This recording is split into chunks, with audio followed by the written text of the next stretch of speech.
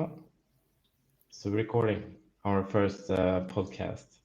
Yeah. So maybe we should introduce ourselves. Start with El Presidente. That would be me. Okay. Yeah, my name is Daniel, and okay, how should I sum up my life in one sentence? I'm Yeah, um, I'm always game. Never say no. yeah, It's kind of you're my a motto. yes man. I I've said mean, it yes, that man. many times. You're a yes Yes, man. that's me. So yeah, uh, I think And you live in that's. Sweden. I live in Sweden, right outside of Stockholm, and trying to go to visit Spain whenever I can. Uh, really nice place. So yeah, that's 1 minute about me. Yeah. Okay. And Mats with the small M. Exactly. That's important. Yeah, who am I? No, I also live in Stockholm, Sweden, in the city center. Um, yeah, I'm working 9 to 5 still with e-commerce at the moment. Yeah, I also like traveling when I have the time. Yeah, that is something we want to discuss later, I think, about 9 to 5 work because it doesn't work No, 100%. exactly. Yes, so my name is Henrik. I used to live in Sweden, but I live in Spain now.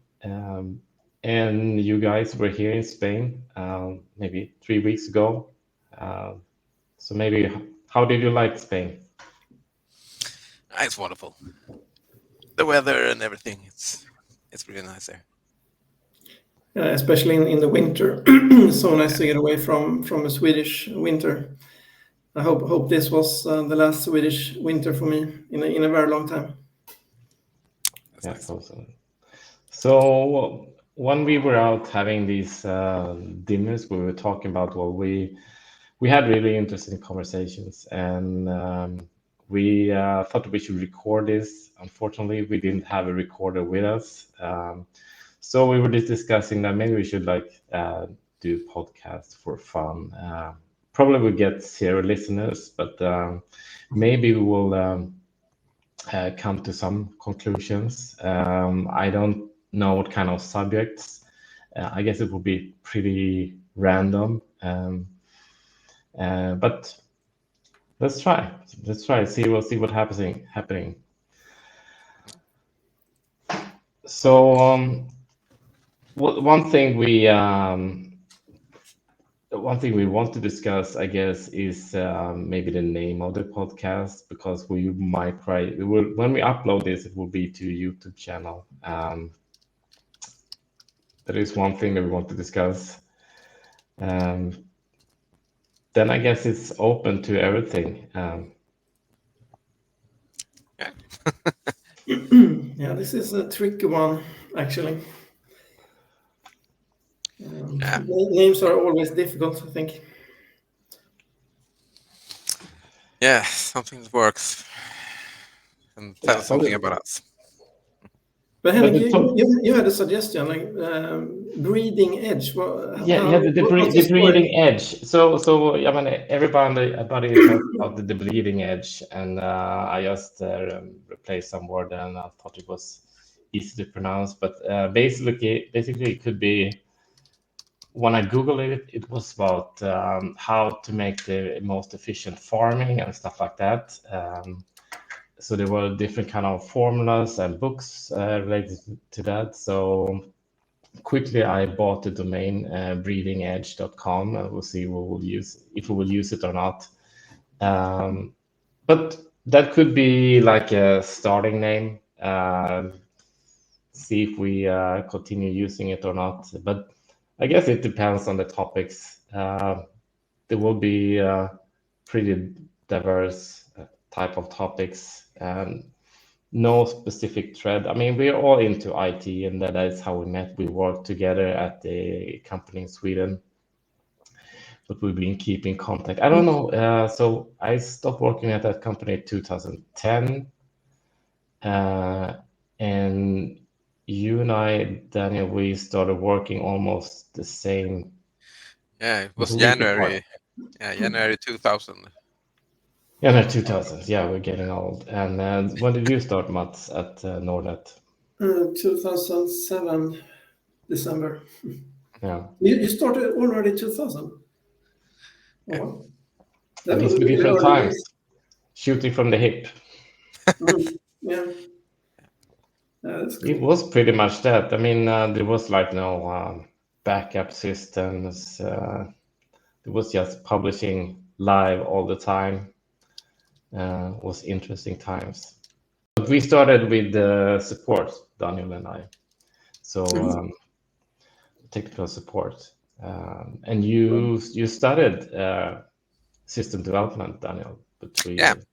I was studying in evenings and trying to, learn that. But I was actually trading also at the same time, and that's how I noticed that they were searching for people.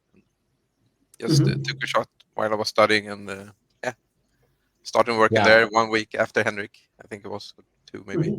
Yes. Yeah. I was getting a bachelor in economics, so I was at the library or something at Stockholm University, and there was like on the walls different type of jobs, and then I just found this ad about Nordnet and then called the number, and I guess 1 week later I started working 2 days a week or something.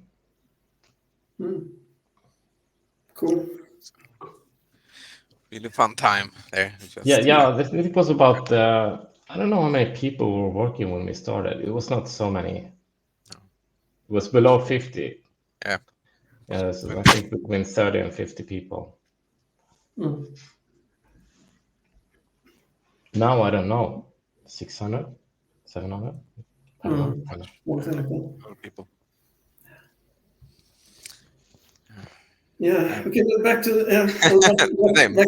the name, or do we have more history? Yeah. Do you have some other ideas we could use? My idea was just this sing Karna. Yeah.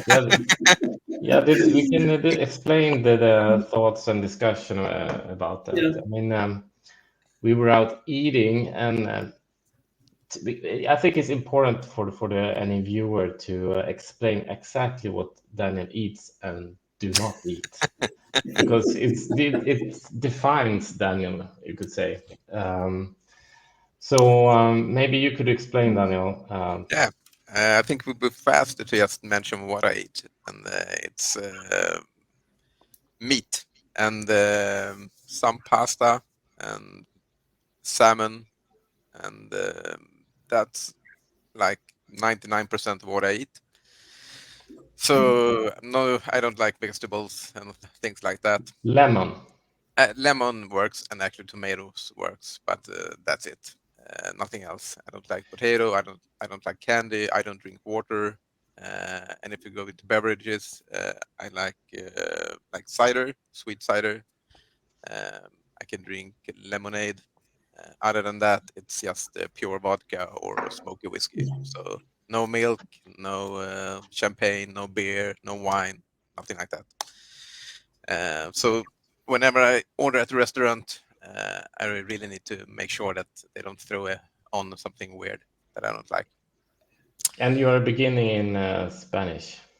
Yes, I'm trying to learn Spanish, and now I also have a private tutor trying to speed things up. But it's been so much focus on grammar that I think I'm getting more confused now. So I was trying to order when we were there at the restaurant last time, and I told him in English, yes, okay, I only want the meat and nothing else.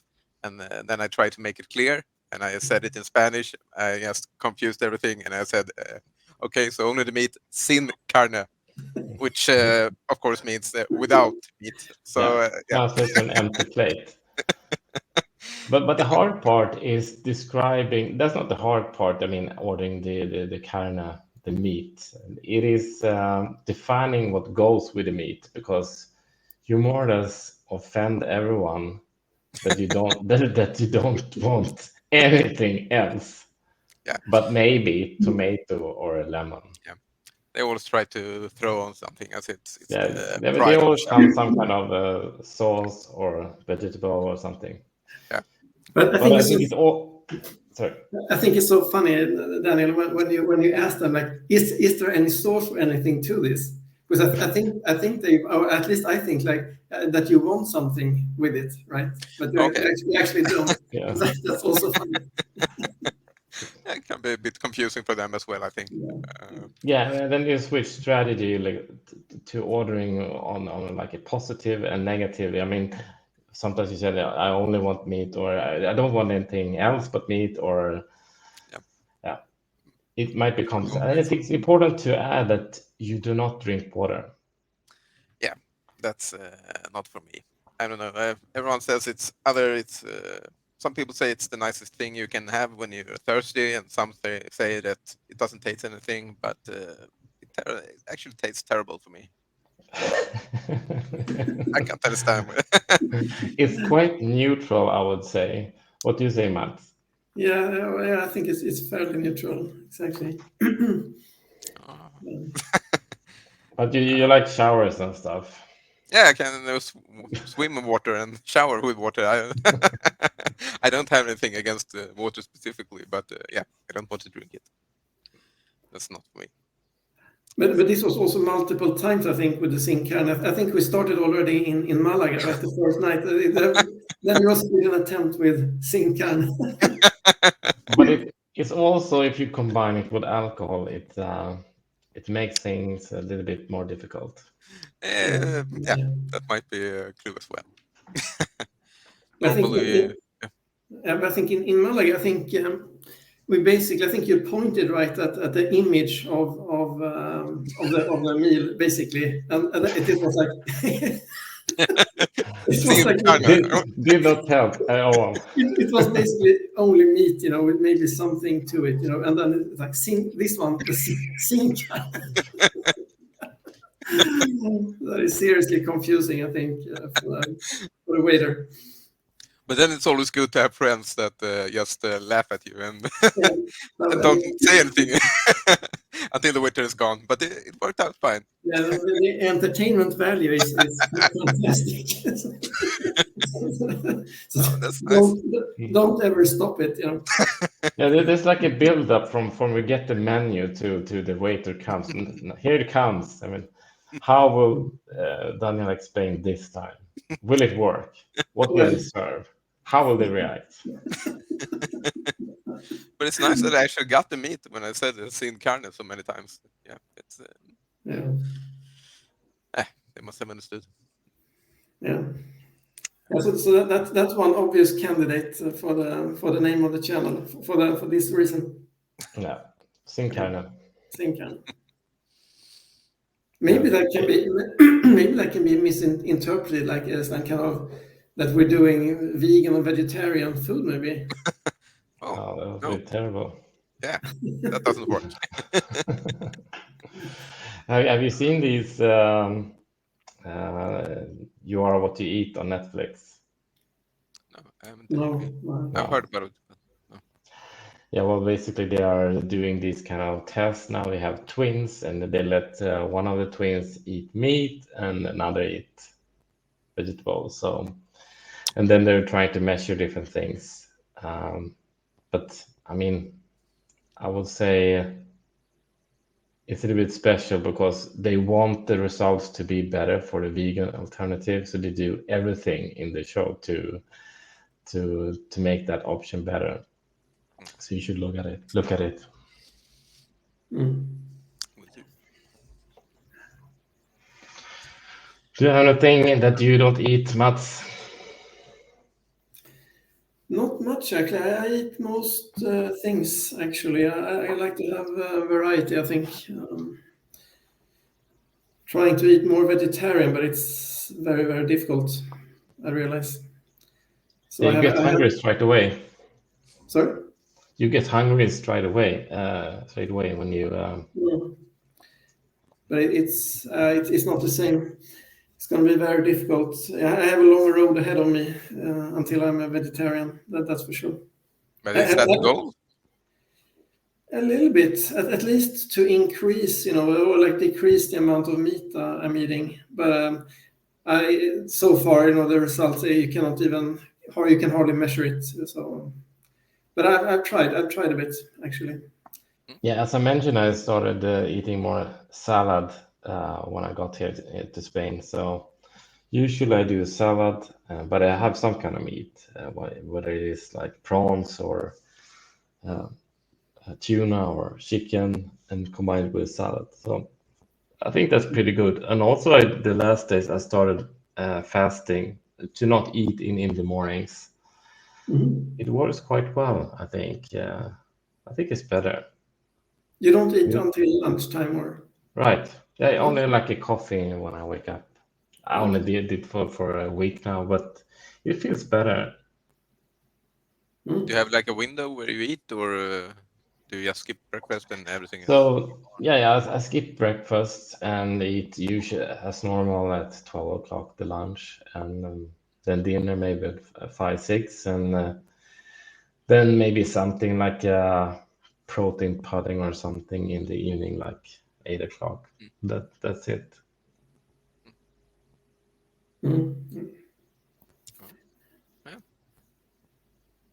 It could work, but Yeah, salad. yeah, probably I think the breakfast is the least healthy. I mean, if you're eating these kind of breads and things that are not so healthy, I try to avoid bread in general now. Pasta also, if I can. But do you also try to stop eating relatively early on the day before, so you get like a even longer fasting? Or Yeah, it's hard. I mean, you get pretty hungry later, but I rather eat later than and skip breakfast. If I take the total calories in, it gives me more freedom, I think, to skip breakfast. But I've been pretty good at stop eating at like last small snack at 8 or 9 or something. Yeah. It's supposed to be good, I guess, to starve the cells a bit. I haven't tried it myself, but it seems popular actually. But do you eat a lot? I mean, you're not super big, Mats. Do you eat a lot, or do you skip meals? No, I usually eat full meals, both lunch and dinner, and I eat breakfast also. So yeah, but I go running and stuff, and I cycle everywhere I go. So I guess I Yeah, burn that's some different. calories. That's different. So you were talking about work from home from work. Yeah, There are different type of alternatives coming up at the moment. yeah, exactly. Can you explain more? Should we have a look at this amazing video? Yeah, we'll see if we can share it here.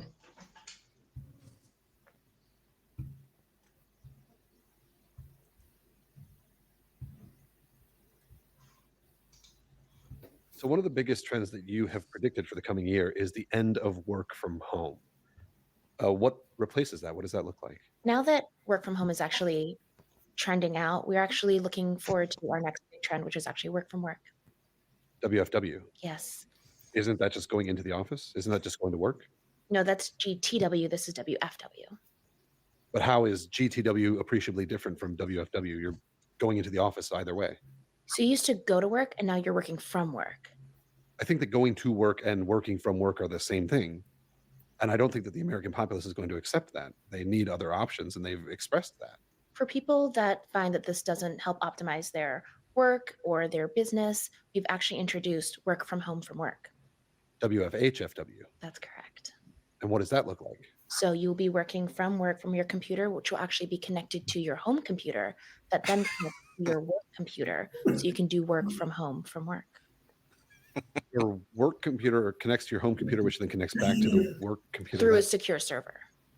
Okay, secure server or not, it seems like a needless extra step. There's no reason for you to be doing that. People are still having to come into the office And I think that they've expressed that they do not want to come into the office if the option to work from home is So still for there.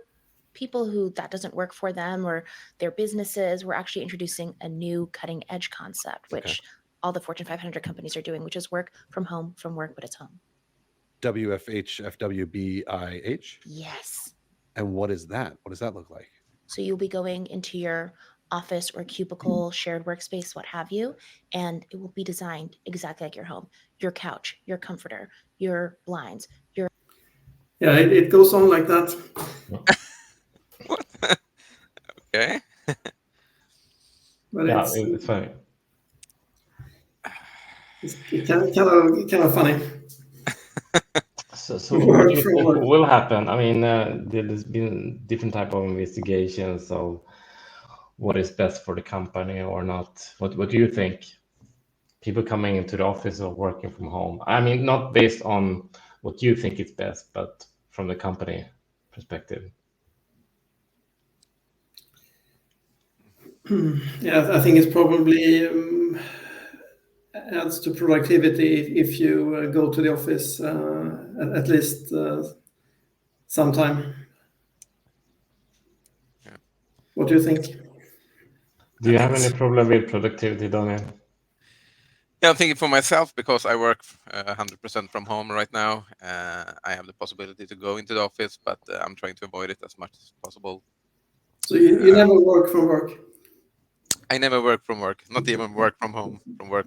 What else? You're not No. working at home. No, that. No, but yeah, I think it's obviously there are some benefits of going into work and be able to talk directly to people, but also when I go in, I feel there's a lot of many people just want to socialize, and for me, I prefer to just do the work and then socialize on my free time. So when I go into work and people talk a lot, I just feel like I'm losing a lot of work time, and normally I don't get much done when I go in. But of course, if you go in often, maybe that's not the case. But I also think there might be risk because if I was forced to go into the office, I would probably start looking for other options. So I think there will be people who, it will hard to get some people recruited if you force them to go into the office. So I think it goes both ways. So when I had my company in Sweden and had some employees, they were coming into work, but I was working from home because my office was at home. So I was, but the thing is, in the beginning was that it was a trust issue because I just employed them. I wanted to see what they did, etc. And then out of convenience, I thought it was quite nice that they work from home, but they wanted to come into the office because they wanted to meet and talk, and I wasn't so interested in that. But it resulted in some time that they really wanted to go into the office. So I'm not sure. People want different things here. Yeah. I think it was quite practical to work remotely. And in the end, we worked for the US company. And the US company, in this case, they had one office at the airport for 3 employees. And so they've been working remotely for several years. And that worked for them at least. And we had these team meetings and discussions, and we felt like, at least I felt like we were one team, and I didn't have the need to meet them. They felt like they were close anyway, as close as the employees in Sweden, I would say. The strange feeling, but it felt like that. I think it as well as I think it's an age thing, because when we were younger, you just wanted to meet new people and have an excuse to go to take a beer after work or something like that. And you probably have a small apartment or maybe kids in a small part. But for now, I have a room just for the office at home, so I don't have to sit around other people, and you can already have the friends you want, and it can be nice to see someone from the offices sometimes. But I think it's more when you were younger. I can understand it. You want to be in the office. It's a totally different thing when you have kids. I mean, to pick up kids from school, etc. I don't understand how people have time to both pick up kids and work the final hours work time. Try like this. But don't you think it's boring to sit just at home like a whole week, basically? Actually, no. I think right now, at least, most of my assignments are that I can work on by myself, so I can just focus on the work and get things done. And just like this, we have meetings, and I can talk to my colleagues if I need to. It's actually, I think it's almost easier when I need to collaborate with someone, because you can share the screen much easier. Otherwise, you need to sit next to each other. I think I like it, but I can understand some people prefer to do it some other way. But this is perfect for me. So, and just the travel time for me, if I go trying to commute, it will take 90 minutes just one way. So I will lose 3 hours a day if I go by train. If I take a car, it's 1 hour a day, and then you have to add taxes and gas and parking. So also expensive. So yeah. Yeah, for me it was also about just efficiency, the travel time, and that you could when you were at work, when I was at home, you could like start something, like start warming some dish or something, and then just leave directly when you're complete.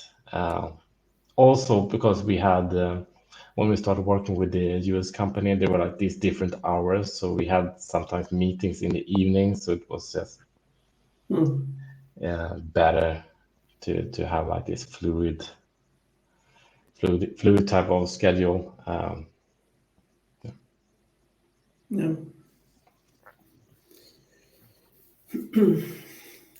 But what do you think, Mats? Do you prefer to go into the office? Or? Yeah, I think I do most of the time, actually. I think it's nice to get away from home, actually. Yeah. And I mean, I can cycle. It takes me 10 minutes to go to the office. So time-wise, it's not the problem, really. Okay. I think it's nice to get some interactions like that. I usually don't like to. We should be in the office like Tuesday, Wednesday, Thursday, but most of the time I'm actually there Monday to Friday still. So, but yeah, it would be different if it took me an hour to get there for sure. So talking about work, I mean, what do you think prevents you from stepping out of the 9 to 5? What is is it just to be brave and we need to talk about that, because when we were at this Chinese restaurant, you got this fortune cookie about being brave. Have you been brave in some way? Yeah, it's like be brave, put the plan into action or something like that. Yeah. No, you have to take this fortune cookie seriously. Yeah. No, but it's. I mean, you need something. I mean, meaningful to do, right? I mean, that may be the most basic thing. But that could be in different forms for sure. It doesn't need to be like the normal 9 to 5. So I mean, I would definitely be open for other types of work. I mean, I did that also like just a couple of years ago, working with a startup, and I think that I wouldn't. I could definitely consider doing that again. But if the prerequisites are the right ones, I think that's pretty important. I wouldn't do it, just to do it. I think I would like to have like an interesting idea, maybe like a good team or partners to do it with, and stuff like that. But yeah, if the right opportunity would present itself, I would definitely be up for it, I think. And also, I would definitely like to have more freedom, I mean, like I said before, I don't want to spend another winter here in Sweden, for example. I really don't want to do that. I mean, this winter, I think it was awful, absolutely awful, and I just don't want to do it again. And it doesn't work very well if you have this, like that you should be in the office from Tuesday, Wednesday, Thursday, right? I mean, Yeah. But then you have to sacrifice that part that you cannot go into the office. But maybe your answer about that was more like it's more efficient for the company and you don't need it so much. Or do you think you will miss it? Yeah, I think I would. I think I would try to replace that with some other interactions. In that case, that could be like going to a co-working space, or I mean, they are available everywhere. So I think it doesn't need to be, like the office of a normal 9-to-5 job. It can be something else for sure. So. And you, Daniel, you started your company and then you're working 9-to-5 with the company. Yeah. Yeah, exactly. I have my own company, but that's a big part was it's easier to control your income and with taxes and everything. But of course, one part of this was also that it would be easier to try to start up things. The idea was to start both trying to figure something out that I want to do in the long run, trying to get more freedom, as well as trying to start up more that's actually my passion, that is trading. So I'm doing that whenever I can, but it takes a lot of time, and it's easy to just get caught up, and time just flies by. I think these trips that we take to Spain is really good because you get a little bit of taste what they could be, and you can have you can have that warm, and you could possibly be there more and have more freedom and not be. You were talking about having your wife from remote work, living from remote. Yeah, actually, yes. Kind of like Matt said, that maybe in the future to spend maybe half the year in some other warmer country. Spain is absolutely a contestant there. I really like it. And as you mentioned, yes, I'm not actually what you call it, Sambo in English. We're actually not married, but my partner, if you say it like that. Sambo, yeah, we live together and have kids, but she doesn't like the sun as much. So we actually talked about it a bit, and she was actually open to the idea that I could maybe spend a few months during the winter in Spain, and she could, stay in Sweden, and she can have more time doing things that she like, and we have a bit of diverse interests, if you say it like that. So she's a little bit more thin carne than you. Yes, she's vegetarian, and mostly almost everything we have opposite opinions. So you have like a complete dinner together. Yeah, normally we do actually. Yes, it's kind of weird, but yeah. But I would actually totally be up for that, trying to spend more time somewhere else, and then you also get the benefit of maybe more free time to spend on trying to get things up and running. Mats have been looking at apartments here as well. Oh, nice. Yeah. Okay. Yeah, I was inspired after the trip, so I had to browse some apartments, and I mean, you can definitely find. I found like a couple of really nice ones, I don't know, like price-wise, like 400k euros to 500 maybe. In that range, you find something, I mean, really, really nice, I would say. I mean, of course, you can find good ones for less money, but in that range, I thought you found like really good ones, you know, with nice layouts and pretty big ones, like 90 to 100 square meters, maybe a couple of bedrooms, and I was actually looking to have like at least like a decent sized terrace, and you can definitely get that for that kind of money.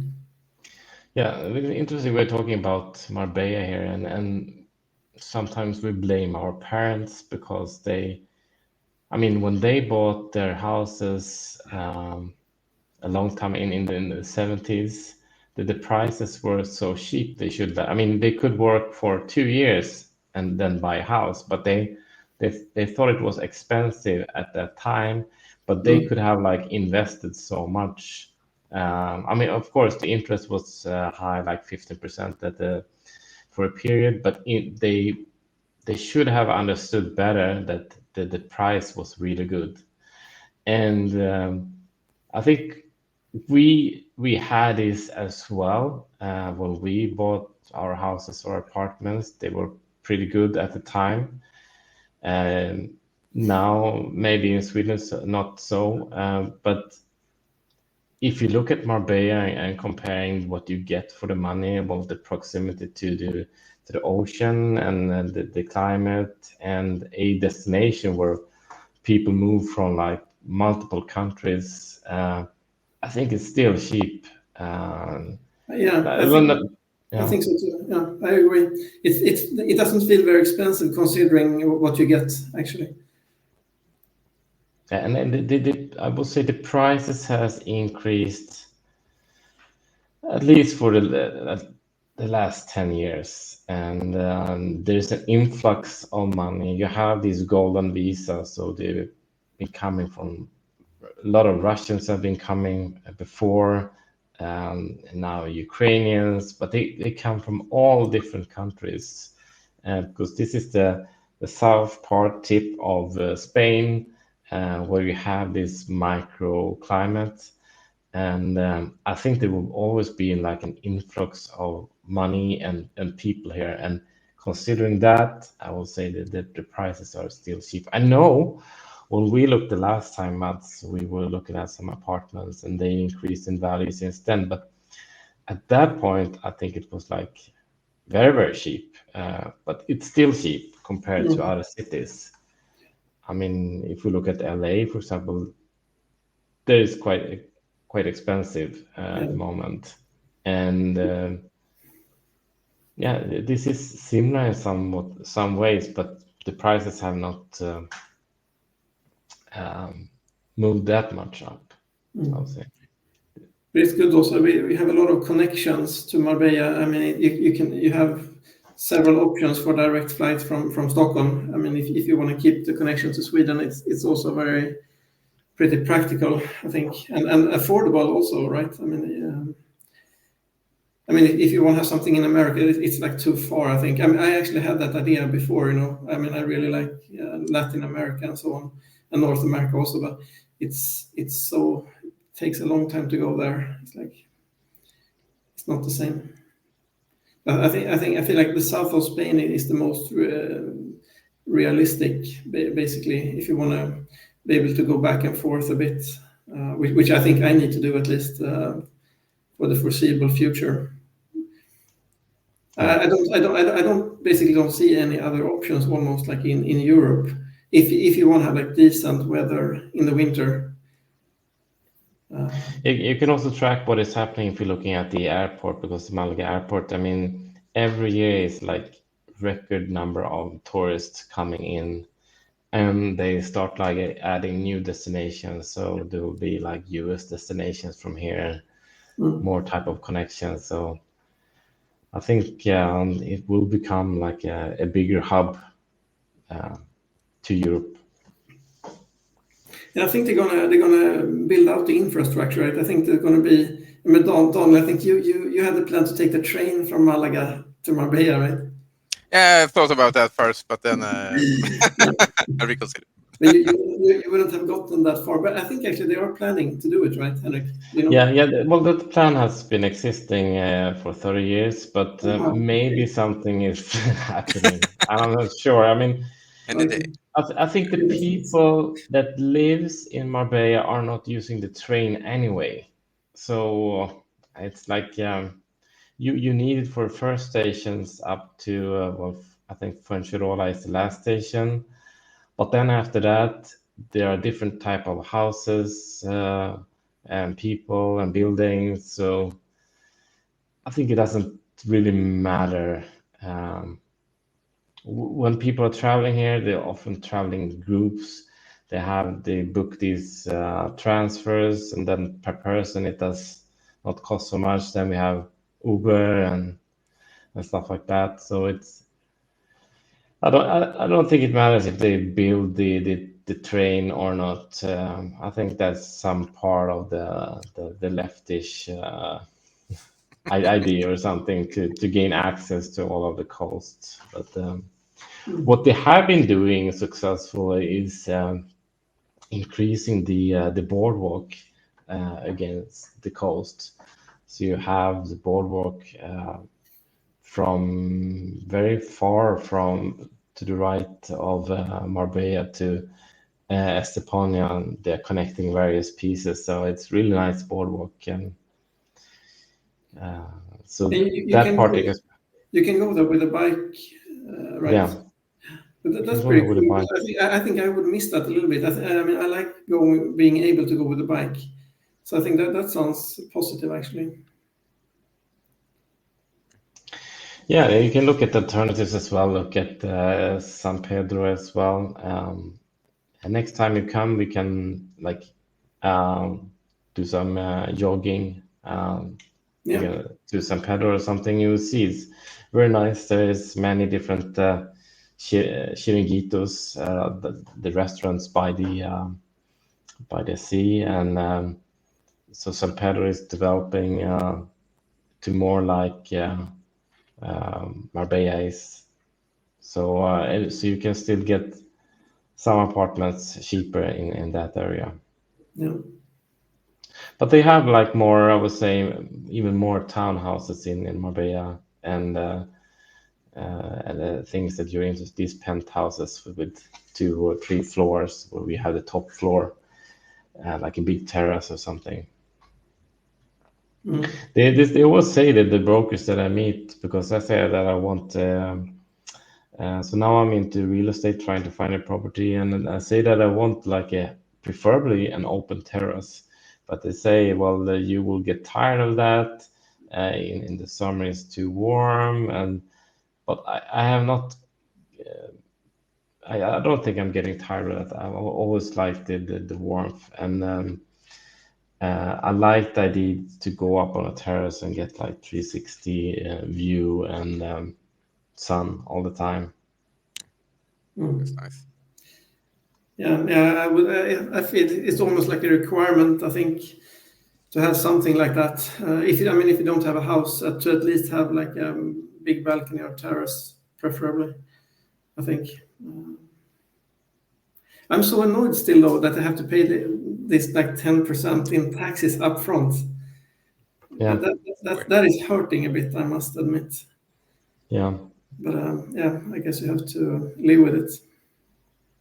But it's not really good if you're not. You have to be sure. I mean, otherwise it's gonna be fairly costly experience. Otherwise, if you're just gonna keep it for a year or something. Right. I mean, you Yeah, can I think- definitely rent for quite some time for that money. Yeah, but I think if you buy something now and you're renting out for some part of the time, and in 1 year you have received back the 10% in rentals and price increase. So I don't think it's. I mean, of course, it's irritating and it's something new, but on the flip side, in Spain you have the lower fees, well, compared to Sweden, the community fees. Yeah. So in general, it's around let's say maximum 200 euros a month. Mm. But do you know the reason for this? Is it that they want to limit like speculation, or? Yeah, I think that's one of the reasons, and to get taxes. Yeah, they must get a lot of money from that one. Yeah. But it also must limit people's mobility, right? I mean, you're going to think twice before moving, and if it's going to cost you like 10%, people cannot afford to move very often in their lifetimes, right? I mean, if you're going to pay 10% every time, that's because that is, I mean, that mobility is usually considered like very, very, very positive thing for the economy in general. I mean, and this is really working in the opposite direction. Yeah. If you have a company here, you pay 2% instead of 10%. But then If you buy it with it. The company is owning the property. Yeah, then the company is owning the property. But then you have to sell it within 2 years. Oh, I have to sell it within 2 years. Okay. So if you're starting like a real estate company for performing properties, that's the way to go. But yeah. But it's still like I will say, as the prices are like, I think they're cheap now. So you should not think about the 10% extra fee at the moment. But what do you think in general? I think if you look at history, I think you got a lot better return on investment, like in the stock market, right, than in real estate. I feel like at least the last 10 years or maybe 20. Oh yeah, maybe. I mean, especially, I mean, here in Sweden, it has not been very good because, you know, the development in Swedish krona hasn't been that great for real estate, and then you had the depreciation of the krona, right? It's a sucker's investment, really.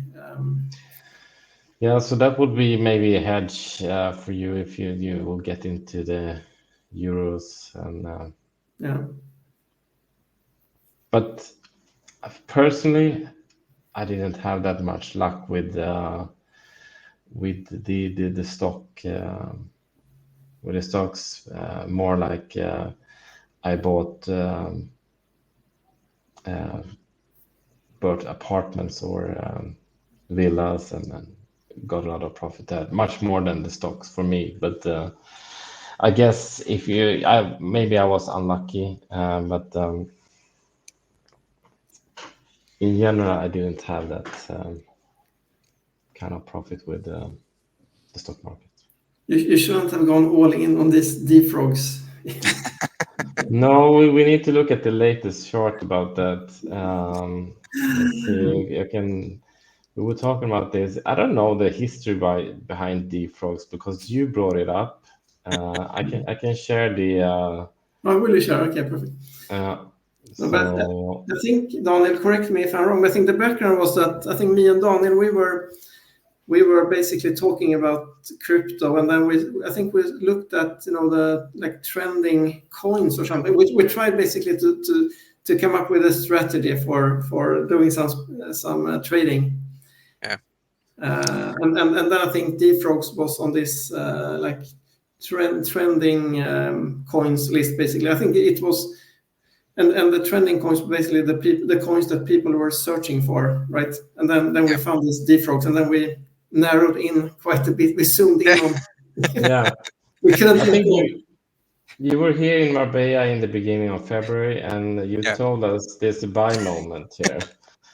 And it would have been nice if you had sold in the right time. So we were talking about 1,400 something, and now it's 856. Yeah, but don't forget it went up to 3,600 right before it plunged down. So. Yeah. You 3,900 almost. Okay. Yeah. Nice volatility. It's super volatile actually. It's nice. Yeah. Yeah. Yeah, we were talking a lot about that Deepfrog. I think the name catched our minds, catched our attention, and Yeah. we've been talking about it. And after a few drinks, I think we thought this was a really good coin. But yeah, So what do you think will happen in the next podcast? Where will Deepfrogs be? We're talking now. It's I'm guessing just a bit below 800. I think it will. It has really flattened out, right? It's Yeah. But I think to be honest, I think we probably should find another trending point to follow. I think maybe this has had its 15 minutes of fame. So if anyone is listening and have a good trend or something to follow, please tell us. Yeah. But I really like that it went up so fast and then just plummeted, because I'm thinking maybe there will be some other coins that will go up. And if you find a coin that goes up really strong in the beginning, you can just keep an eye on it. And if it starts falling, maybe it's a signal that, okay, this was just one thing, because it just kept falling for actually quite a long time. The first drop was obviously major, but then it still kept falling. If you went short there, it could have made pretty good money. Yeah.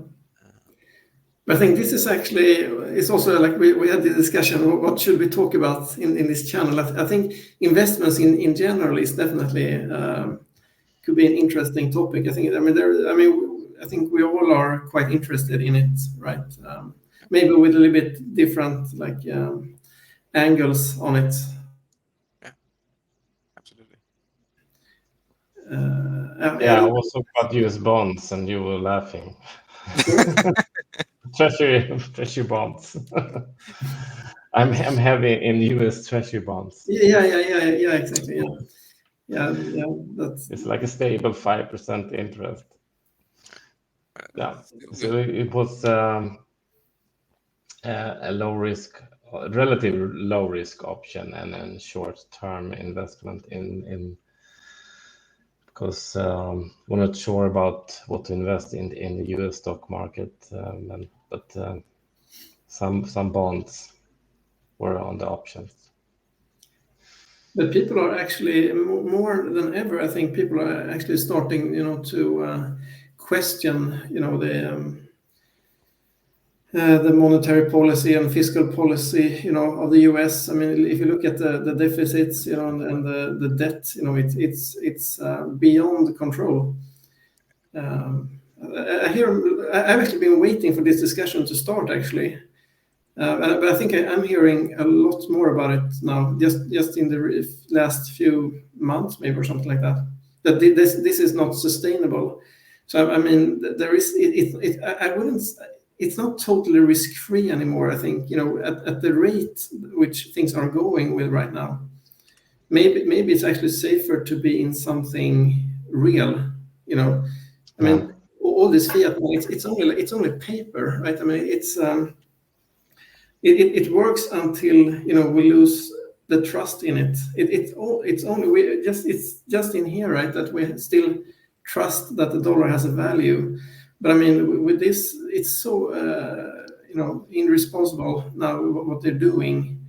So I mean, I don't know. So what should we do? Sorry. So what should we do? No, I think you should look at like real assets. I think it is a safer thing for sure. I mean, and real estate, like we talked about, of course, that's going to have a value irrespective of what you measure it in, right? And but I think it's also more. I think crypto is more relevant than ever. The scarcity that you have in Bitcoin, for example.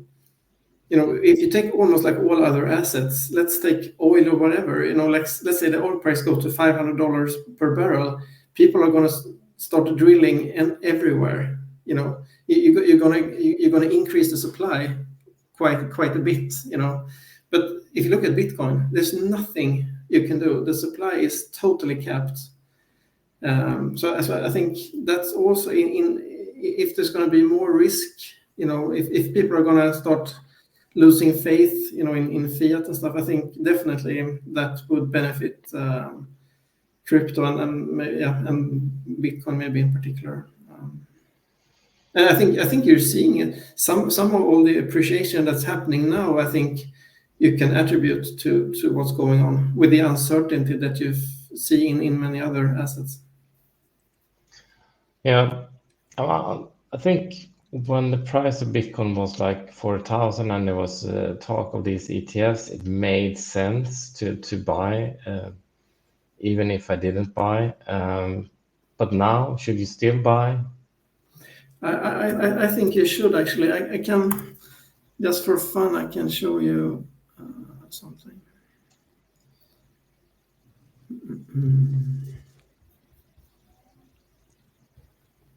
This is good that we're sharing this because we can look back and see how this aged. Yeah, exactly. So this is actually one of the best sites I've seen and this is a focus on the Bitcoin ETFs, and so you can, if you want to have an idea of how the ETF flows will impact Bitcoin. So here you can see, I think this is probably the best one.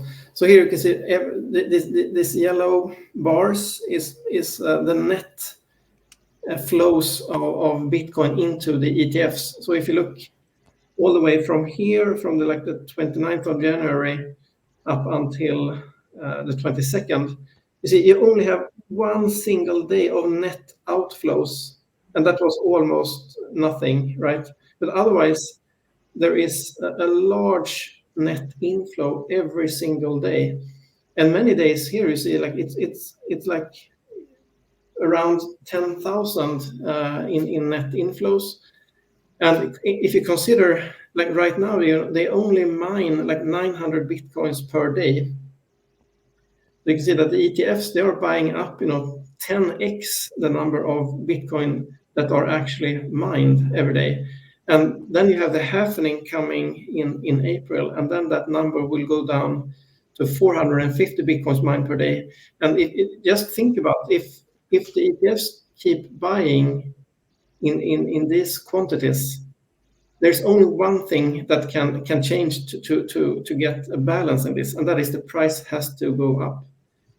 And I think most people think that the ETFs will buy more over time than what they're doing right now. So I think this is hugely bullish, to be honest. Yeah. That's Yeah, probably it is. But the question is, how much should you? I mean, no, it's still high risk. Yeah, I'm thinking about the risk. I mean, if you go in you have to be a certain amount of money to make a difference, and the question is, if you want to put that kind of money and risking to lose it, yeah, probably it's a small risk at the moment, but maybe this is causing a bigger risk for the fiat than the stock market now, because you have an outflow of money from the stock market maybe. Have you done any correlation about that? If there's like an outflow of money? It's interesting if you compare with the gold ETFs. They since the Bitcoin ETFs launched, then actually you have an outflow almost every day from the gold ETFs. So it looks like that is almost like a perfect correlation, So it really looks like people are switching a bit from gold to Bitcoin also.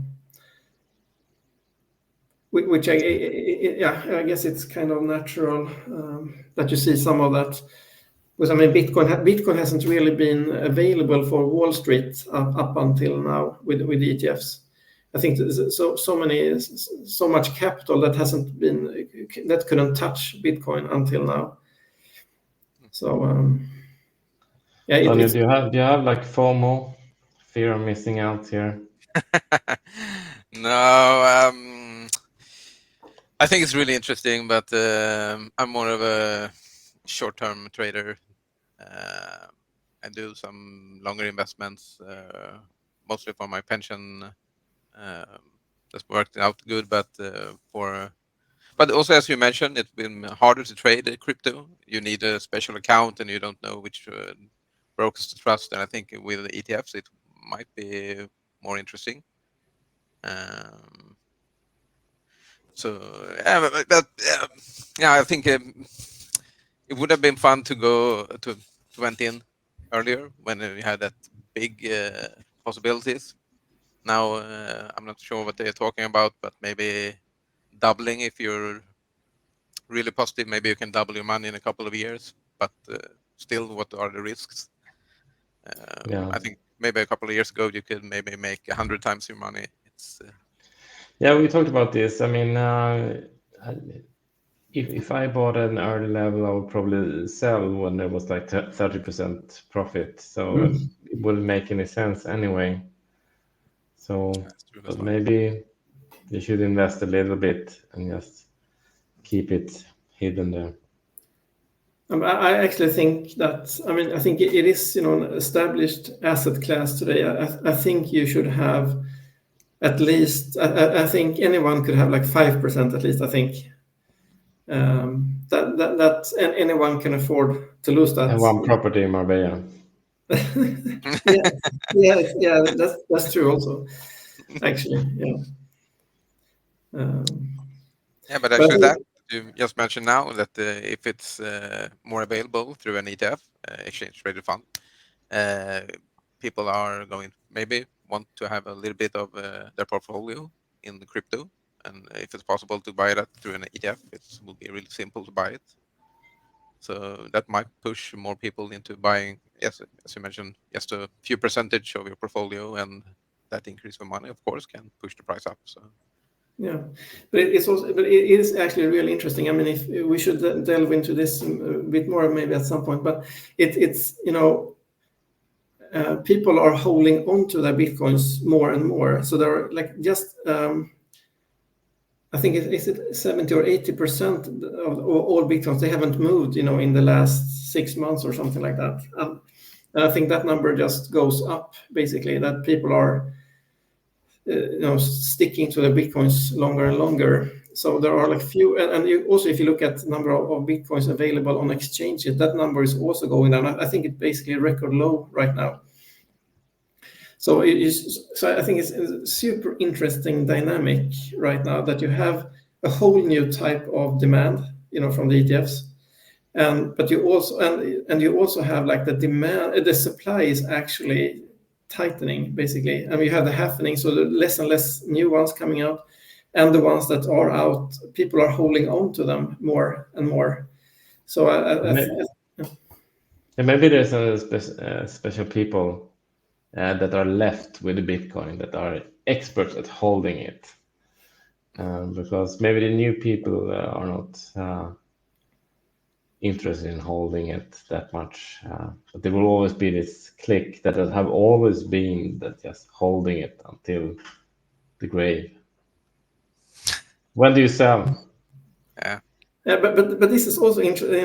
One of the biggest Bitcoin proponents is Michael Saylor, CEO of MicroStrategy. He was just saying the other day, basically, said that because he got the question, when will you sell the Bitcoin? And then he said, I will never sell it. Bitcoin is the exit strategy. Yeah, I read that. Yeah. That is pretty cool, actually, I think. I mean, he's talking basically that you want to go from the analog capital to like the digital economy. So he says that Bitcoin is the end game, basically. I like that. It's a nice saying, actually. Yeah, you bought it right away. Sorry? You bought it right away. That idea or saying, Yeah. your slogan. Yeah. But then it's not an investment anymore. You're just thinking that you want your money in Bitcoin so you can trade it from there. Or because I'm just thinking if you never want to sell it, I'm just thinking, okay, this will just go up in value. And then one day you die and then your kids get all the money and they haven't seen the struggle. And it's the classical thing that they will just party up all the money. Yes, But you're thinking you're living out of interest or something. You just use what you need at the moment.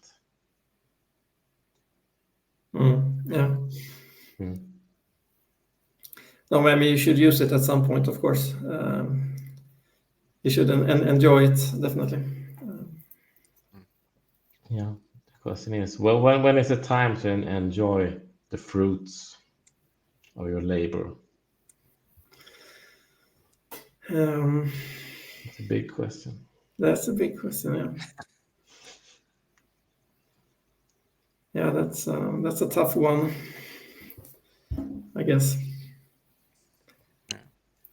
But I mean, I think one point of having capital, I guess, is to have the freedom that you know that you can do things that has a value, I think, by itself. But yeah, you should at some point you should realize it also, I guess. Yeah.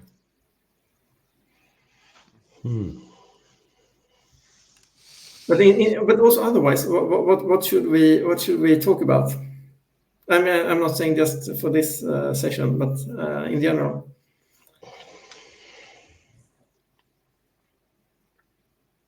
I think it should be or could be quite wide, and whatever comes to mind. And as you said, we could have these relevant topics at the moment. Maybe you heard something the last week or something. Yeah. But some few topics that are recurring to follow up different the price on Bitcoin or whatever, defrogs, to see how it has changed from last time. Yeah. But I'm open to discussing everything. I mean, I think I do look a lot at YouTube, and I think you can see what people are interested in by looking at the subscriptions that they have. So I'm open to all kinds of topics. And a lot of is focused on the US, I would say. The whatever is happening this year for Trump, etc., and how this affects everything, Ukraine, Russia, but also other topics like dating and stuff, and how the relationship between men and women. We'll be talking about traditional women or not, etc., depending on where they come from and the advantages of different kind of women. So I'm open to that discussion as well. Yeah. But should it be yes? But so we're basically saying it's going to be fairly open, fairly general. Yeah, sometimes it's live and sometimes it's location specific. Now it's podcasting from home to work or work from home. So, but next time we might be here in Marbella, that's broadcasting live or something. From we are discovering the Marbella nightlife scene or something. Different, we giving reviews on restaurants and recommendations of what you should do and what you shouldn't do. Yeah, it'll be fun. Need to get a good small camera that we can hide in some way, so it doesn't get too much attention. Yeah, some kind of GPS on you, so we know where you are all the time. Sounds good. Yeah, it's a shame we missed a lot of nice vlogging moments already. Yeah. It's hurting. Yeah, we were one of the first to try the Vision Pro, Apple. Yeah. And then because our friend Tobias, who is not with us today, he went to the US and bought two of them. And we had a chance to test them. It didn't work well at all first because apparently you have to configure it for the viewer in some way. So didn't work at all for me or for you, but in the end it worked. But I would say it was like I would not buy it. It's not for me. It's good for like viewing, seeing a movie or something, but I will never use it for working or anything else. I'm Yes, not that's sure what you thought. the price tag is too high. That's 4,000. I don't know if it was dollar or euro, but it's too high. I have a cheaper one from Meta Quest 2, and I think it's maybe can be 400 euros or something like that. And of course, Apple's is it's much better, of course, but still, I think the one I have is sufficient. I can watch movies. I need to use controls. There are some.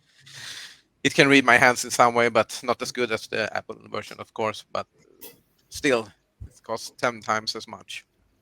It's just I don't see the value there because my simple VR is it's good enough, and I didn't even have the newest version. There is a 3 out right now, and why should I pay $4,000 for something that get the better quality of the screen, but still $4,000 for that. I think it was too expensive. I think it's pretty uncomfortable to wear, especially for a longer time. I thought it was actually not very comfortable for even for like 5 minutes, to be honest. I almost can't see myself wearing that for a long time. It's probably still too heavy and needs to be more customized to your face or something, so it fits better. But I like that Apple exists and setting the tone of how things should work. But they're always like overpriced. But if they can get down the price in a few years, it might be good. And I think it's an interesting topic. We're talking what is cheap and what is expensive. So, for example, that properties Mapei is still considered cheap. But what are the things that are expensive and the things that are still cheap? And I must would say that Bitcoin is still cheap. Are there more things that are still cheap? I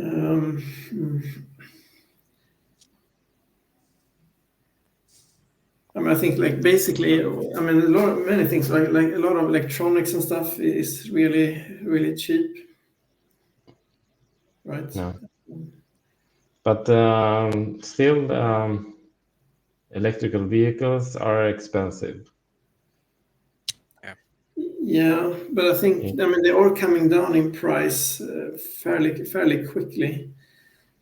I just saw like BYD. I mean, I think they went out publicly saying that we want to crush Toyota. Basically, they want to like crush Toyota Corolla sales in China, and so they're launching something like a similar type of vehicle. Was it for like $11,000 or something? Yeah, it was some kind of hybrid or something that they wanted to compete with. Wasn't it electric? Pure electric? No, I think it was hybrid because Toyota they are focusing a lot of hybrids, so they was $11,000 in China, of course. And, so they just wanted to. But that price is, I mean, that is extremely cheap. I mean, you have to go back a long time, you know, to find those prices. Because that looked like a decent sized car actually, and it seemed to have like good, you know, a lot of options included and everything. So that is really cheap, I would say. So considering like that BYD is and China in general, well, opening these kind of factories in Europe, etc. It will be interesting to see what kind of disruptions we will see and what will happen to the European market and cars in general and the workforce and what do you think? Like, let's say all this new AI stuff and all the automation. won't that mean a lot lower prices for many things, most likely? And some people are arguing that energy, the price of energy is going towards zero, with solar and stuff like that. Yeah, I think for starting up a new company, you will save a lot of money with AI. And yes, the subscription with ChatGPT I think the hardest part when I was running the company by myself was was copywriting, to write text and content, because it has to be written by someone who knows the subject, and it has to have the right style. I'm not a native English speaker, so if that existed, and that existed in the end when I had a company, but now if I start a new company, like creating these texts, creating images and logotypes, that will say if you can have like a smart chatbot where you can just upload your documentation, etc., that will save a lot. This was the hardest part, running a company with a lot of people and working with support, because support people in general are not like super tech savvy. But if you could have one that is polite and a bot that is smart and knows the documentation inside out, that would be a game changer if you start a new software company. You just you can just focus on the product itself.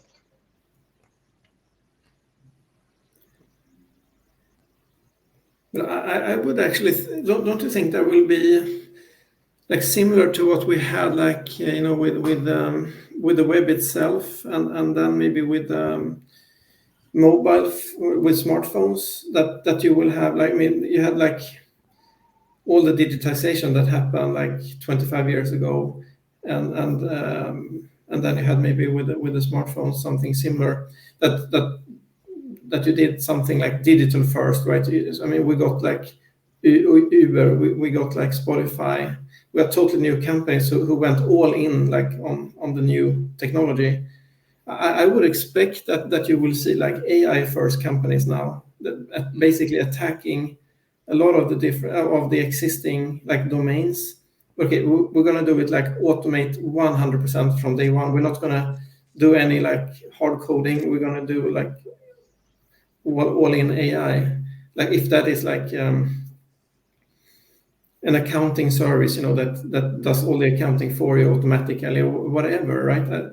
Isn't that quite likely that we will see something like that? Yeah, I think the scary thing about the AI is that it is good at copying something else. So in the near future, you can really tell it to copy this kind of service. So you can easily set up a new service that is just as good as another service.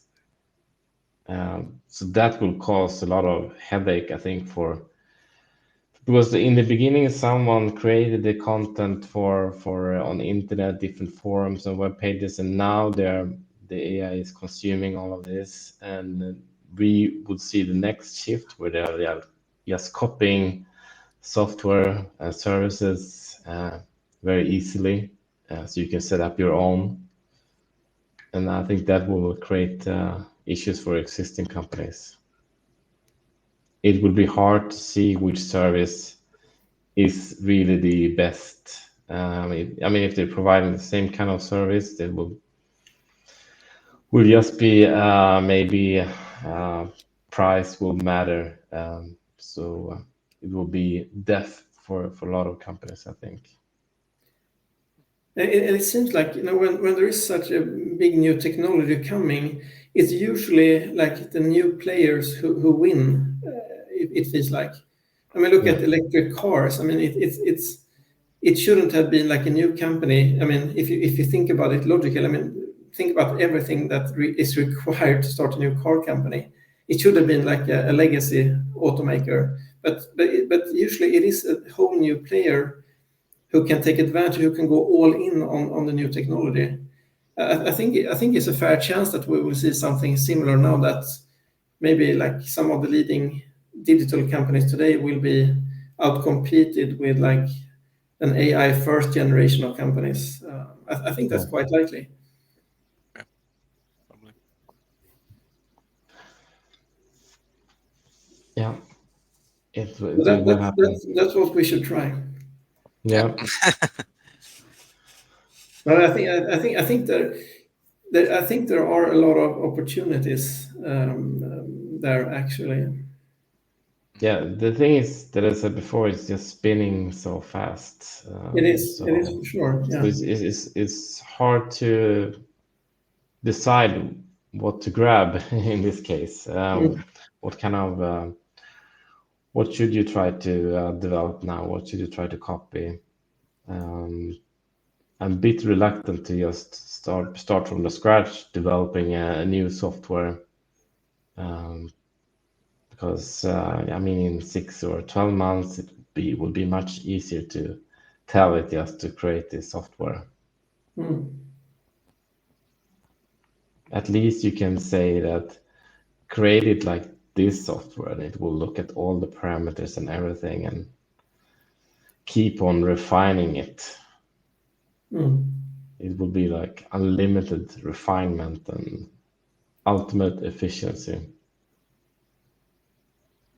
And maybe these older programming languages will come back, like C++ or something, because in the end, the refinement will be there in the code, and it's very easy for the AI to make it faster that way. And it will be that as developers, we will lose like touch on the developer. I mean, we lose control because it will be too hard to follow because the AI will be there, and you will see it working in the code and making changes, and there will be so many changes, and it will always be refinement, and there is no idea for a developer to jump in and go and try to change something manually. I actually think I think ChatGPT is quite remarkable, of course. But I've actually started. Of course, I've been using it from the start. But now, in the last month, I've been trying to use it more and more, even for my own hobby projects. And it's good, but it has actually quite a few flaws. When you want some code, hopefully it works, and then you want something special, you get some code, and many times the code just won't compile. And then you just tell them, okay, you're trying to use a class here that doesn't even exist. And ChatGPT is telling me, oh, sorry, my bad. This is the correct class name. And you're just thinking, okay, but why didn't you know that from the beginning?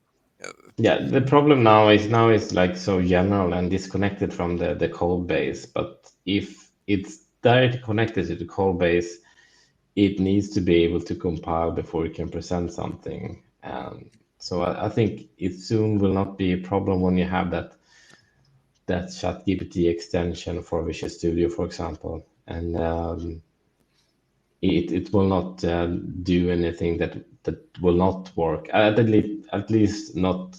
It will be able to compile. It will probably have bugs, but it will be able to compile. Yeah, it's actually true, as you said, that if you create some good software, it will probably be very easy to get a copy of that. Maybe not as good, but at least a good ground to fix the last parts, and then it will be hard to protect your code. Yeah, we'll probably be all like project leaders. There needs to be someone still in the middle, like putting the pieces together. It will be easy to create software, but it's just the final pieces of putting everything together, the marketing and the design and the plan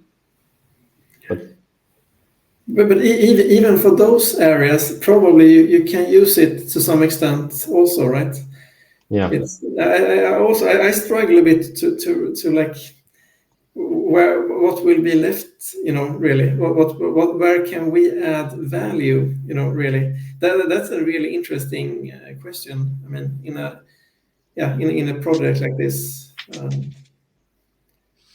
it's not always. Probably will not add so much value. So. Everyone It will be an influencer. Yeah, it will be. I mean, that's why I feel a bit sorry for our children, because it will be so confusing what they will focus on. What will be their kind of future? I mean, it's hard for us to say, but impossible for them to say. They need to make decisions. When we were younger, we made decisions that we were going to study this and that, and it at least had a lifetime of 15 years or something, what we studied. But now it will not have that kind of lifetime. Yeah.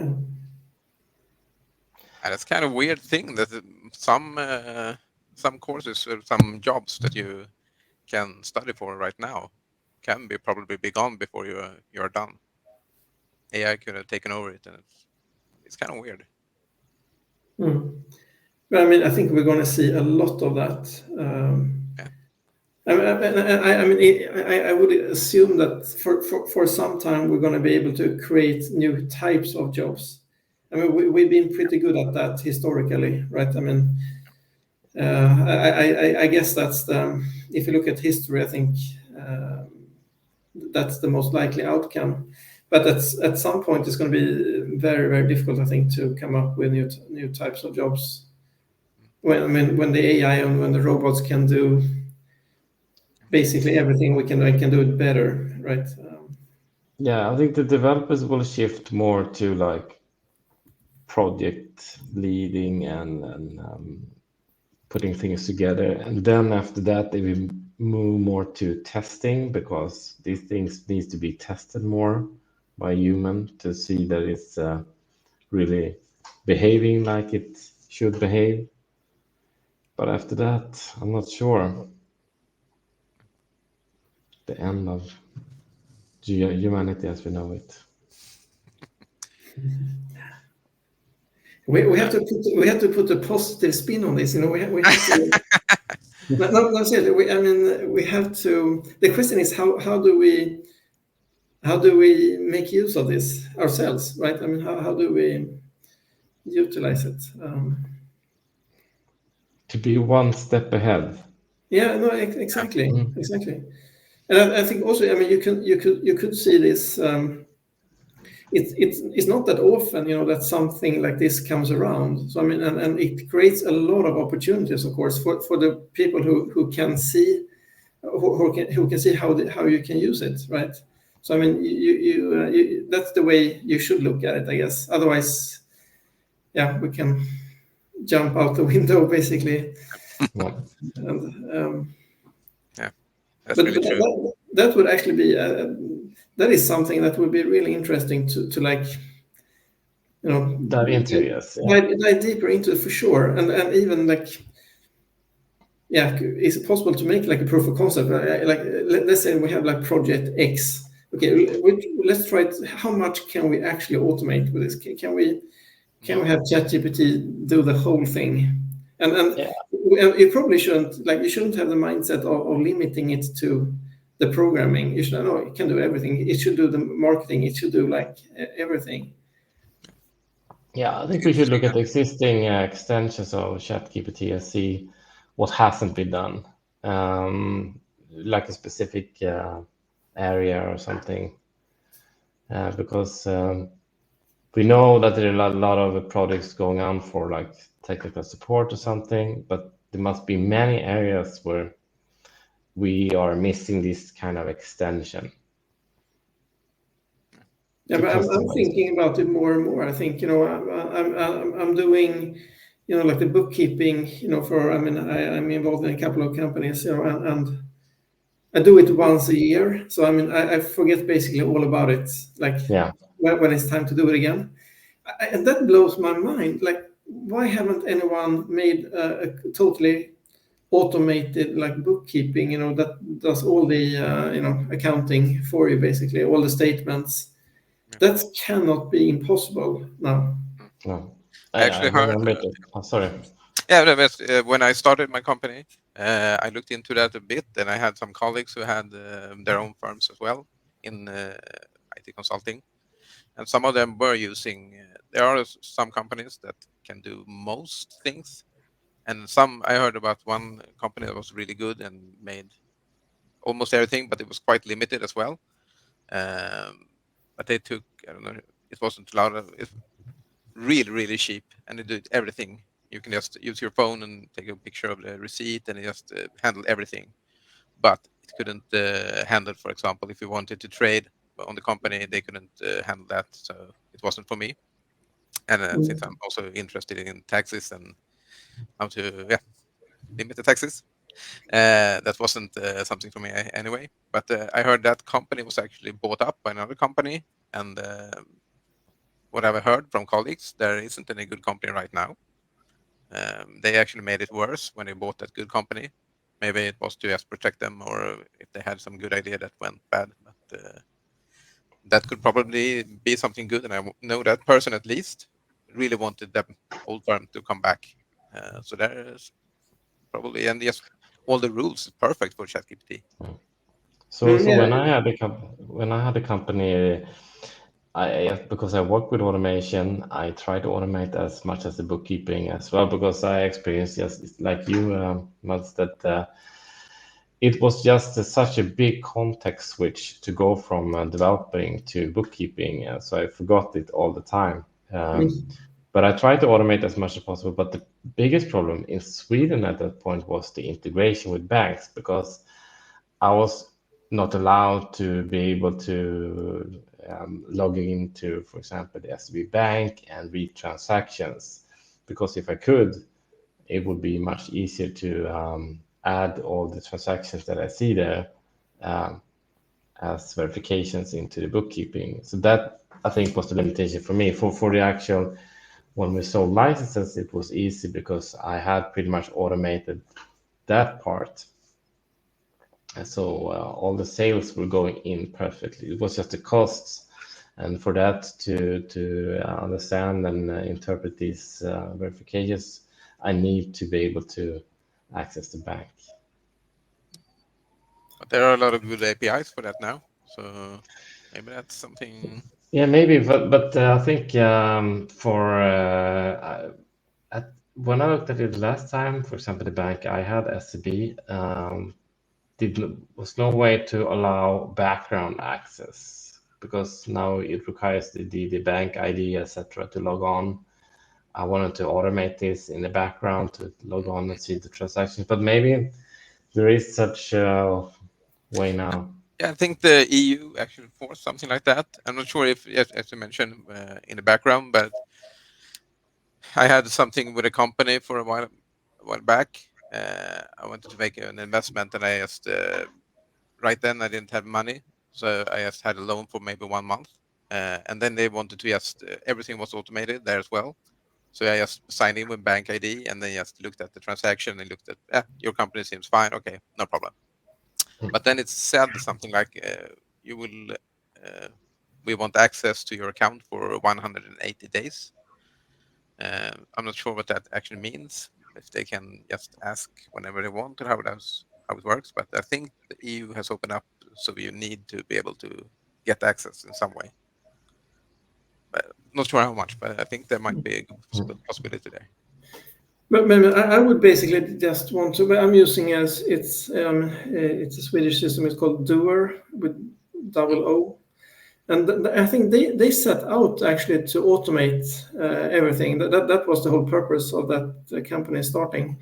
But now I think I almost see no the service is still up and running and you can use it.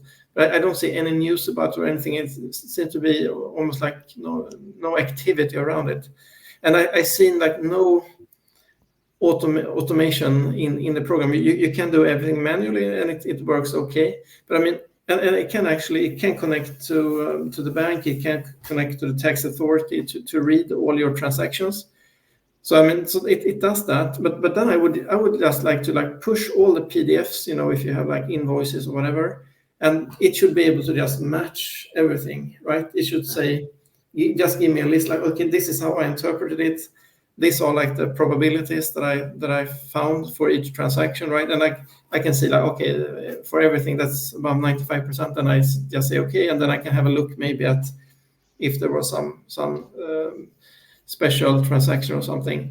But it blows my mind that I haven't been able to find it, at least. Yeah, well, we added this to Visicron 2 different ways. First, we could like scan documents, but this required it, so you could basically select the base document, the PDF, and then you select the different areas and you defined into what like variables you want to store the properties when scanned. But that required that the document is the same every time, the same type of layout. But we also added these, because both Microsoft and Google have these services where you can upload a PDF and you just say, well, this is an invoice or something, and then it will extract all the values back. So they have this AI service that you could use. Oh, they do. We just provided the interface for be able to run this task. Okay. That's interesting. But I think it's also, this is just one example. I think, I mean, Henrik, we talked about it earlier, just if you want to know where an apartment is located, like if you're looking at an apartment in Spain, they never show the exact address, which is super annoying, because I think it is very interesting to know. But like you said, Henrik, like let's say that you have a photo of the house or something, then it should be possible to locate it, right? Just compare it with satellite images or something. And I feel also like when it's also like a hassle just to find, you know, the apartments that you're looking for. You know, it takes me quite a while just to set up the filters, and they don't exactly have the parameters that I'm looking for. I should be able to just use like natural language, right, to say exactly what I'm looking for. And then I should be able to use like describe the layout and stuff that you don't find, you know, in the traditional filters. And I think basically, like if you really think about it, like every single service that you're using, I think would be greatly enhanced, you know, if you could have like a GPT interface to it. Basically, I think you could almost like set out to make a new version of every single service that you can find. And I think it's going to happen. Yeah. Well, it might be more interesting for more than just apartment seeking. I guess for crimes, when you have like these tiny tidbits of information about of someone that you need to find, would be really interesting if there was such a service that could find these matches. So it's search for like, well, where is the sun right now? What kind of I mean, there's this. I think we were talking about last time. The game. There's this game where you guess where the picture is taken from Google Maps. GeoGuessr. So it's some kind of reverse version of that one. Yeah. No, but I think you can almost turn it around. I think you can almost say like, what service will not be improved by this? I think it's difficult to find, actually. I think this will touch everything. It's going to improve everything. I'm just, for example, I'm doing renovations of like 2 apartments now, and you know, there's nothing I would like more than to have like, what can't I would just like to go around with my smartphone and basically shoot the apartment, and it should be able to like create a 3D rendering of it, right? And then it should have this like interior designer coming up with designs for it, and it should be connected to like all the suppliers of, you know, kitchens and everything. Daniel and I were laughing at this because I'm not sure how many years. I think it was in 2016 or something, maybe earlier. We started this company together and created what we did was we thought it was this Matterport, this expensive service. So we thought that well you could do this with a smartphone. So we bought from AliExpress. We bought these. Of course. We did this mini stand, and we talked with the Chinese supplier about creating a motor for us that turned 360 degrees, controlled by Bluetooth. So we had developers in Ukraine really? developing the software that took the image, rotated, took image, and made a 360 image. And then we had a whole system where we could like upload, where you can draw the layout of the house and position, and then you position the shots that have been taken, and then you can walk between the different areas. So that is something we did, but as usual, when we start this type of company, we have this kind of well, this is good. We have more ideas, more ideas. Then we saw the problems of distribution, and well, the money ran out, and other stuff. So we decided to end that project. I have seen that there in Spain I've seen like similar projects, because what you see in the Spanish property market is that images are so bad when you look at the different kind of ads. So and that was the main thing, because you, for example, Mats, are looking from home at different apartments, and it's hard to get an idea of the layout. And but if you could like walk around easily, it would be different. So that is what we did. I mean, we still have the code. There were a couple of problems with the solution, but I still think it's a good idea. Yeah. But your idea, was it more to like create a presentation of the apartment? Yeah, it was a tool for we made a website for brokers, so they could easily add a property and just go and place that camera in different rooms, and it will automatically upload everything. It will process everything, stitch it together, and it will do everything on the phone, so it will not take any resources from the website, and it will process everything in the background on the phone. And yeah, it was quite nice. It worked pretty well, I would say. It was just that we had this big thinking that we should support all kinds of phones, which was, I think, the biggest problem, because we made the Android, and we also made the iOS application, but we said that we support all versions of Android.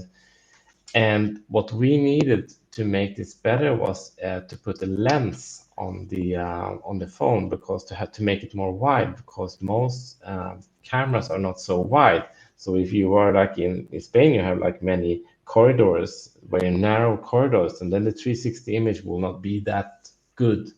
You will not see from it will be very close to the wall, and you will see the ceiling and height and width. So we bought like 100 different type of lenses, and so we have these covers to all these kind of phones where you screw on the lenses, and so we tried so many different lenses to make it wider, and it should work for all phones, and etc. So I think we made it too big. We should probably just say, well, you need to buy this phone. We could probably buy a phone from AliExpress with a good camera and resell that one in the package instead, and have all the lenses for that. But yeah, it was. We decided to stop working with that, but I think it's still a good idea. I'm not sure. I think the Matterport company, they still have like, now they have developed a mobile phone product as well, which is okay, I think. So they realized that their product was just too expensive, because their hardware costed like $5,000 US or something, at least. And this was not, but we wanted to make a tool for everyone, so that because in Spain, as nobody really owns the right to sell the property, nobody wanted to invest in the photos. So, but if it was cheap, they would probably do it. So Oh, interesting. yeah, we'll see what kind of ideas we will have for next adventure. We have a few. I'm just thinking of one of the ideas in the start. We actually had. I know, Mats, you probably heard of Betfair. Yeah. That when you trade bets, because a few Yeah, years that before they one. even existed, Yeah, we we were planned on so that. early.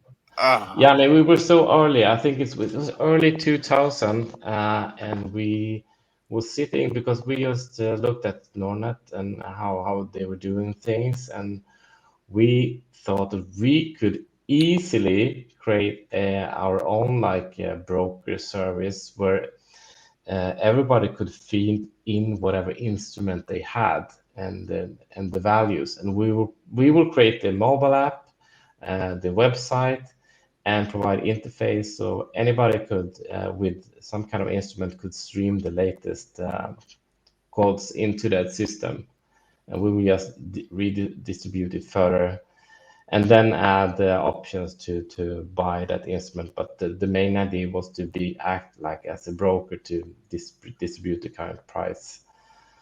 And I mean, if we have done that at that point, completed that would have been a big thing. Yeah, that could have been really big.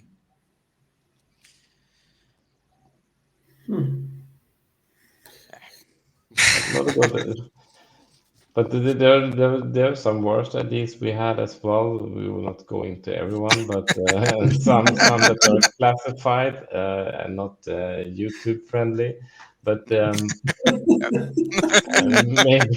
maybe we'll do that another time because some things are allowed in some countries.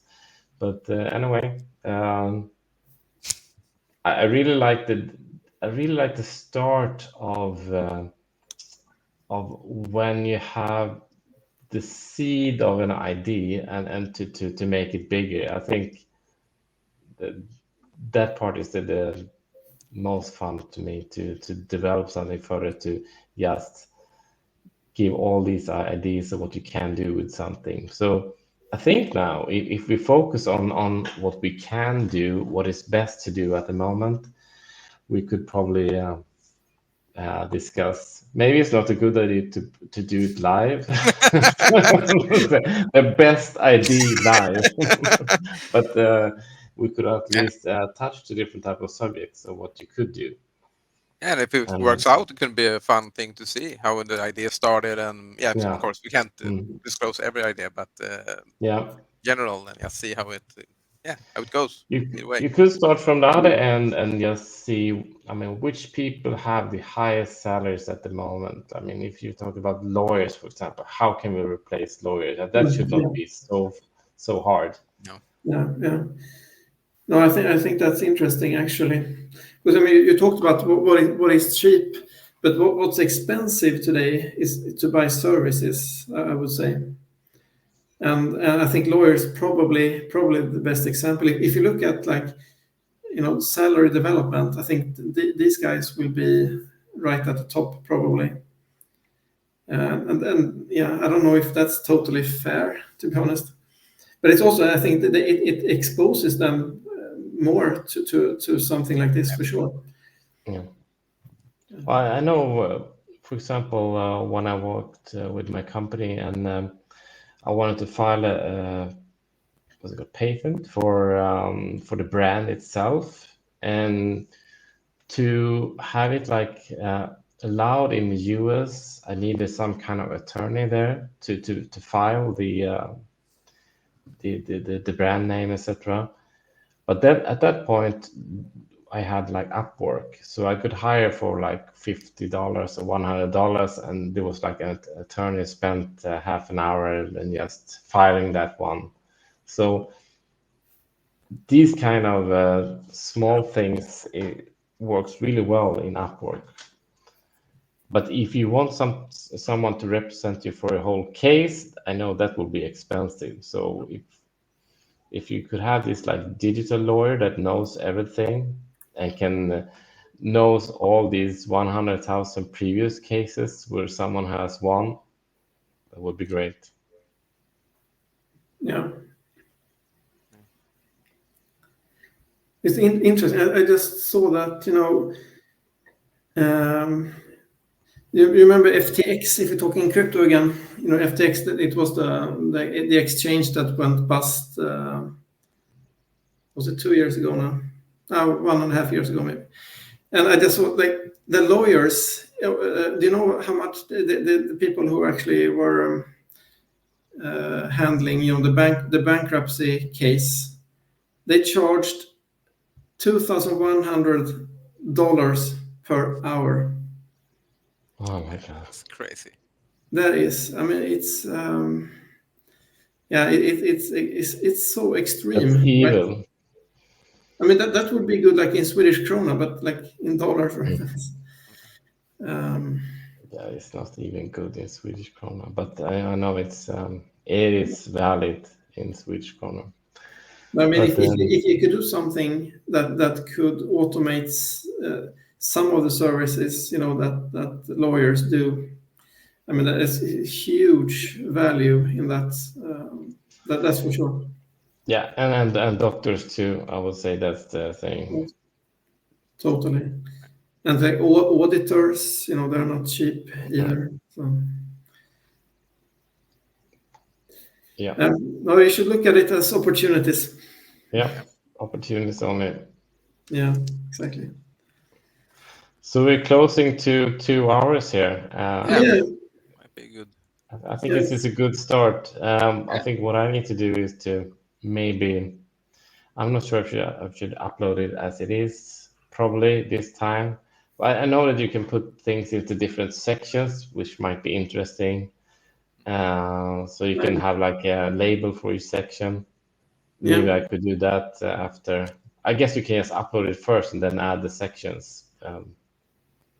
Probably. Yeah. Did you create a YouTube account already? No, I have not. No, I just created this channel first, the breathing edge. I mean channel. Yeah, but we could try this in Kärna also. That works for me. Yeah. It's because then the expectations are pretty low, and we can always over deliver. Yeah, exactly.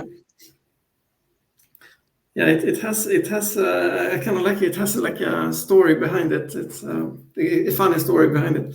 Yeah, and we need to broadcast that live as well when he Yes. orders. Yeah, Yeah. exactly. Yeah. You need a logo as well. Hard to make a logo with Sin Yeah, Carne. it could be just a compilation of orders from Daniel and results. Yeah.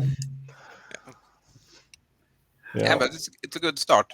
Yeah. Yeah, it's a good start. I think it's fun. I think for me, it would be nice to do this maybe on Fridays or Saturdays or something. You don't need so much energy to do this. It's just show up as you are. Yeah. And you have to refill your fridge as well. Yeah, I have to do that. Okay. I'm looking forward to that episode when we do it in Marbella, everyone together as well. Yeah. Yes. You just have to think about when you want to come here next time. Good. Perfect. Yeah. Sounds good. Okay. Thanks for today. Yeah. Yeah. See you Thank you very later. much. See you. Okay. Bye.